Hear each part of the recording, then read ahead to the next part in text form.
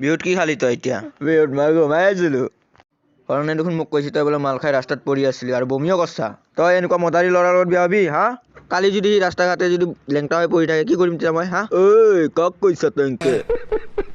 অলে দেৱা কিয় কাজিয়া কৰতা? ঐ বাবু ভাই, ই হৰণে মোৰ ঘৰক কৈছে মই বোলে মাল খাই লেংটা হৈ পৰি থাকো। সেইকাৰণে সেই ছোৱালীটো মোৰ তাত বিয়া নেদে বোলে। ইহঁতে তেতিয়া কেতিয়াও সলনি নহয় ৰ। যা যা লেংটা হৈ পৰি থাকবি যা। ইয়াৰ শহুৰক তয়ে কৈছিলি ন হা হা হা হা? কাৰণ ময়ো লেংটা হৈ পৰি আছিলো।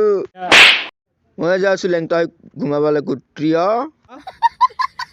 জানে মেৰে জানে মন, মই এইবাৰ মাল খাই লেংটা হৈ ঘুমাই আছিলো ৰাস্তাত। মোৰ পেটিকত বেছি তই বোলে মাল খাইছা ৰাস্তাত পৰি আছা তই এংকে লেংটা হৈ কিয় ঘুমাই আহিছা মানুহবোৰে আহি কৈছি মোক। ঐ মদ খাইছা নে নাই তই এইবাৰ ভেলা ঘৰত হা? খাইছো তোৰ জাঙিয়া বেছি খাইছো মদ।